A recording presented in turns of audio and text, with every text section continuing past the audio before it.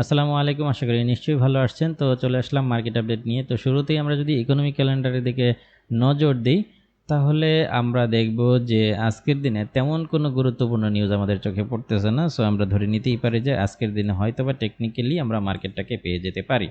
এবার যদি আমরা সরাসরি ডিএক্সওয়াই চার্টে চলে আসি, তাহলে লক্ষ্য করুন যে ডিএক্সওয়াই চার্টে আমি আমার টেলিগ্রাম গ্রুপে বা ফেসবুক পেজেও সম্ভবত এই অ্যানালাইসিসটা দিয়েছিলাম।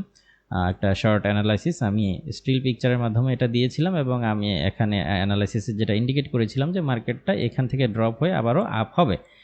তো মজার বিষয় হচ্ছে যে আপনারা লক্ষ্য করুন যে ওই দিন হয়তো অ্যানালাইসিসটা মানে ওই কয়েক ঘন্টা পরেই ফলো করে নাই, একটু নিচের দিকে নেমেছে, বাট পরিশেষে কিন্তু মার্কেটটা কিছুটা আপ হয়েছে। আমার ধারণা ছিল যে এই অবধি আসবে, কিন্তু আসে নাই, এই পর্যন্ত আসছিল। তো যাই হোক, এখন আমরা ডিএক্সওয়াই চার্টটাকে যেমনটা লক্ষ্য করছি যে ডিএক্সওয়াই চার্টটা এই রেঞ্জ থেকে এই রেঞ্জের ভেতরে একটা মুভমেন্ট করতেছে। ওকে, তো এটাকে যদি আমরা প্রাইস দিয়ে দেখার চেষ্টা করি যে প্রাইসটা কোথায়, প্রাইসটা হচ্ছে এইটা, অর্থাৎ 102.754, এবং এখানে আমাদের প্রাইসটা হচ্ছে 103.272, যেমনটা আপনারা এখানে দেখতে পাচ্ছেন। এই রেঞ্জের ভেতরে ডিএক্সওয়াই চার্টটা ঘুরতেছে। এখন আমরা দেখার চেষ্টা করব যে আজকে কিংবা এই পুরো সপ্তাহ জুড়ে ডিএক্সওয়াই চার্টটা কেমন রিয়েক্ট করতে পারে, এবং আজকের দিনে আমাদের গোল্ড চার্টে কী ধরনের ট্রেডিং প্ল্যান হতে পারে। তো আমরা দেখতেছি যে ডিএক্সওয়াই চার্টটা একটা বুলিশ ট্রেন্ডের ভেতরে ছিল। এরপরে এই ট্রেন্ড লাইনটাকে ওই সেদিনই ব্রেকআউট দিয়ে আবারও হচ্ছে উপরে উঠেছে, আবারও ট্রেন্ড লাইনটাকে ব্রেকআউট দিয়ে আবার নিচ থেকে রিট্রেসমেন্ট করে আবার নিচেই এইটা কন্টিনিউ করতেছে। সো এই সপ্তাহে এনএফপি ডেটা রয়েছে। আগামী শুক্রবার আমরা হচ্ছে এনএফপির ডেটা দেখতে পাবো। আমার কাছে কেন জানি মনে হচ্ছে যে এনএফপির ডেটার উপরেই অনেক কিছু নির্ভর করতেছে, যে ফেড পরবর্তী মিটিংয়ে আরও 25 বেসিস পয়েন্ট ইন্টারেস্ট রেট বাড়াবে কিনা, এইটা অনেকটাই নির্ভর করতেছে এনএফপির ডেটার উপরে। সো এনএফপির ডেটা পূর্ণাঙ্গ পাওয়ার আগ পর্যন্ত বিনিয়োগকারীরা বড় লট মার্কেটে ওপেন করবে বলে আমার কাছে মনে হচ্ছে না। সো যদি বিনিয়োগকারীরা ওইভাবে বড় ধরনের ট্রেড মার্কেট ওপেন না করে, তাহলে সম্ভবত ডিএক্সওয়াই চার্টটাকে আমরা এই রেঞ্জের ভেতরেই দেখতে পারি। এই পুরো সপ্তাহ জুড়ে এই রেঞ্জটার ভেতরে সাইডে মুভমেন্ট করতে পারে, অথবা এটা আরেকটু উপরের দিকেও হতে পারে। হ্যাঁ, এই রেঞ্জটা, অর্থাৎ এই রেজিস্ট্যান্স জোনটা ব্রেক করলে এই উপরে চলে যাবে, আবারও এটা ডাউন হয়ে নিচে আসবে, এই রেঞ্জের ভেতরেই ঘুরতে পারে। এটা হচ্ছে একটা সম্ভাবনা তৈরি হয়েছে এই চলতি সপ্তাহ জুড়ে। যেমনটা দেখতে পাচ্ছেন যে ডিএক্সওয়াই চার্টটা কিন্তু এখান থেকে আবারও রিয়েক্ট করে এই ট্রেন্ড লাইনটাকে ব্রেকআউট না দিয়ে নিচের দিকে কিন্তু আবারও ঠিকই চলে আসছে। ওকে, তো এই যদি হয় অবস্থা, তাহলে আমরা হচ্ছে ডিএক্সওয়াই চার্টটাকে ফলো করব। হ্যাঁ, ফলো করব কোথায়? এই যে এখানে যে আমি প্রাইসটা নোট করেছি, সেটা হচ্ছে এইটা 102.754। যখন ডিএক্সওয়াই চার্টটা এই জোনে চলে আসবে, তখন আমরা ইউরো ইউএসডি এবং গোল্ড চার্টে আমরা কি করব? সেল প্যাটার্ন বা সেল ট্রেড খোঁজার চেষ্টা করব। এবং আমরা যখন ডিএক্সওয়াই চার্টটাকে এই রেঞ্জে, অর্থাৎ 103.272 অথবা হচ্ছে গিয়ে আমি এই প্রাইসটা নোট করে দিচ্ছি 103.539, এই দুইটা জোনের ভেতরে যখন আমরা ডিএক্সওয়াই চার্টকে পেয়ে যাব, তখন আমরা কি করব? ইউএসডি এবং গোল্ড চার্টে বাই ট্রেড খোঁজার চেষ্টা করব। কারণ আমরা ধারণা করতেছি যে, আমি আবারও বলতেছি, আমরা ধারণা করতেছি যে ডিএক্সওয়াই চার্টটা সম্ভবত সর্বোচ্চ উঠলে এই পর্যন্ত আপ হবে, এরপরে আবারও ডাউন হওয়ার চেষ্টা করবে, আবার এই পর্যন্ত আপ হলে আবারও এখান থেকে ডাউন হওয়ার চেষ্টা করতে পারে সর্বোচ্চ এই শুক্রবারের আগ পর্যন্ত, যেহেতু শুক্রবারে আমাদের এনএফপি ডেটা রয়েছে। আর এখানে আসলে এখান থেকে আবারও টেকনিক্যালি একটু আপ হতে পারে।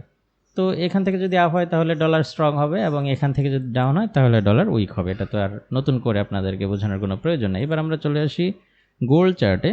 তো গোল্ড চার্টে আমরা যেমনটা দেখতে পাচ্ছি যে, আমরা যদি গোল্ড চার্টটাকে একটু অ্যানালাইসিস করি, তাহলে দেখতে পাবো যে চলতি সপ্তাহ শুরু হওয়ার পর থেকেই গোল্ড চার্ট কিন্তু একটু বুলিশ মুভমেন্ট করতেছে। এখন দেখার বিষয় হচ্ছে গোল্ড চার্ট কি এই বুলিশ মুভমেন্ট কন্টিনিউ করবে, নাকি যে কোনো একটা রেজিস্ট্যান্স জোন থেকে আবারও ডাউন হয়ে যাবে। তো এত লম্বা হিসেব না করে আমরা জাস্ট বোঝার চেষ্টা করব যে আজকের দিনে আমাদের গোল্ড চার্টে ট্রেডিং প্ল্যানটা কেমন হতে পারে। তো আমরা যেমনটা দেখতে পাচ্ছি যে গোল্ড চার্টটা ক্রমশই একটু বুলিশ ট্রেন্ডের দিকে মুভ করতেছে। তো আমরা যদি একটু খেয়াল করি তাহলে দেখব যে খুব নিকটেই হচ্ছে আমাদের একটা স্ট্রং রেজিস্ট্যান্স জোন রয়েছে গোল্ড চার্টে। তো এবং মার্কেট এখন যেই জায়গাটায় অবস্থান করতেছে এর খুব কাছেই হচ্ছে যে রেসিস্ট্যান্স জোনটা রয়েছে। তবে সব কিছু মিলিয়ে ডিএক্সওয়াই চার্টটাকে একটু উইক মনে হচ্ছে। তো সব কিছু মিলিয়ে যদি আমরা গোল্ড চার্টে ট্রেডিং প্ল্যান করি তাহলে আমি পরামর্শ দিব যে বাই সেট আপ খোঁজার চেষ্টা করবেন, অর্থাৎ বায়ে থাকার চেষ্টা করবেন। তো এটা কিভাবে হতে পারে যে বর্তমানে যেখানে অবস্থান করতেছে গোল্ড, যদি এখান থেকে বাই করতে পারেন, তবে আমি পরামর্শ দিব যে একটু প্রাইসটা রিট্রেসমেন্ট হলে নিচ থেকে বাই করার জন্য। বাট যারা রিস্ক নিতে ভালোবাসেন, রিস্ক নিয়ে ট্রেড করতে চান, তারা চাইলে এখান থেকেই করতে পারেন। ওকে, তো আমার যেটা পরামর্শ সেটা হচ্ছে যে গোল্ড হচ্ছে আমাদের এই খুব নিকটেই একটা রেজিস্ট্যান্স জোন রয়েছে, এখান থেকে কিছুটা ডাউন হতে পারে, সেই প্রাইসটা হতে পারে এইটা। তো এই প্রাইস থেকে কিছুটা ডাউন হওয়ার চান্স রয়েছে গোল্ডের। তো আবার আমার পরামর্শ থাকবে যে সব থেকে বেটার হয় যদি গোল্ড চার্টটাকে এখানে পেয়ে যান এই প্রাইজে, তাহলে এখান থেকে আপনার একটা বাই ট্রেড ওপেন করতে পারেন। ওকে, তো এইখানে পেয়ে গেলে আমরা একটা বাই ট্রেড ওপেন করব। আর এই ট্রেডের অ্যাসেলটা আমরা ইউজ করব কোথায়? এই যে সুইং পয়েন্টটা দেখতে পাচ্ছেন, এই সুইং পয়েন্টের নিচে আমরা অ্যাসেল ইউজ করতে পারি। ওকে, এই সুইং পয়েন্টের নিচে আমরা অ্যাসেলটা এখানে ইউজ করতে পারি। আর আপনি যদি আরও একটু নিরাপদ দূরত্ব বজায় রাখেন তাহলে এই জোনের নিচে অ্যাসেলটা দিলে সব থেকে বেটার হয়। অর্থাৎ আমরা যদি এখানে অ্যাসেল দিই তাহলে আমাদের অ্যাসেলটা আর একটু নিরাপদ থাকবে। সো আমরা হচ্ছে গোল্ডে এখান থেকে পেলে বাই ওপেন করতে পারি, যেখানে অবস্থান করতেছে এখান থেকে নিতে পারেন, তবে এখান থেকে ট্রেডটা ড্র ডাউন করার কিছু চান্স রয়েছে।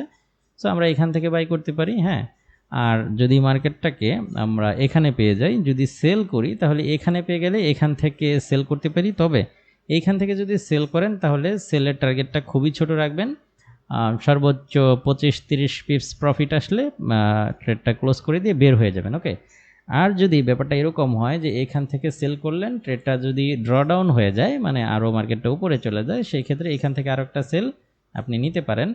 সেই ক্ষেত্রে এই প্রাইসটা হবে এইটা।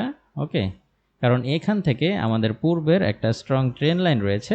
হ্যাঁ, মার্কেট যদি এই ট্রেন্ড লাইনটাকে ফলো করে তাহলে হচ্ছে আমাদের এইখান থেকে যদি আমরা সেলটা নিই সেটা প্রফিটে চলে আসতে পারে। ওকে, আর এখান থেকে যদি এখান থেকে বাই করেন তাহলে, অথবা যেখানে রয়েছে মার্কেট এখান থেকে যদি বাই করেন তাহলে ট্রেডটা আপনি সর্বোচ্চ এই লেভেল পর্যন্ত ধরে রাখতে পারেন। অথবা আপনি আপনার প্রফিট রেশিও, রিস্ক রেশিও অনুযায়ী আপনি কিভাবে প্রফিট বুক করবেন সেটা তো একান্তই আপনার ব্যক্তিগত ব্যাপার। তো আমরা যেমনটা বুঝতে পারছি যে আজকের দিনে আমরা গোল্ড চার্টটিকে এখান থেকে আমরা বাই করতে পারি, আর এখানে স্টপ লস রাখতে পারি, আর সেল করতে চাইলে এখান থেকে অথবা এখান থেকে করতে পারি। ওকে, আবার একই সাথে প্রফিট টার্গেটগুলোও কিন্তু এই জোনগুলো হতে পারে আমাদের। ওকে, এরপরে আমরা যদি হচ্ছে গিয়ে গোল্ড চার্ট যদি কোনো কারণে আমাদের এই যে ছোট যে ট্রেন্ড লাইনটা রয়েছে এইটা যদি ব্রেকআউট করে, এবার এখান থেকে প্রাইস যদি রিটেস্ট করে এখানে সাস্টেন করে আবারও যদি ডাউন হয়, তাহলে এই জোনের নিচ থেকে, মানে এই প্রাইসটার কিছু নিচ থেকে আমরা চাইলে সেল করতে পারবো। তবে এখান থেকে ডাউন হলে আমাদের অপেক্ষা করাটাই বেটার হবে বলে আমার কাছে মনে হয়। সেই ক্ষেত্রে আপনারা এই নিচ থেকে অথবা এই যে আমাদের যে স্টপ লস জোন থেকে আমরা আবারও পুনরায় আরও একটা বাই করতে পারি। আশা করি বুঝতে পেরেছেন। তো আজকের গোল্ড চার্টের ট্রেডিং প্ল্যান এটাই ছিল। দেখা হবে পরবর্তী কোনো ভিডিওতে অন্য কোনো টপিক নিয়ে। সে পর্যন্ত আপনি ভালো থাকুন, সুস্থ থাকুন। আল্লাহ হাফেজ।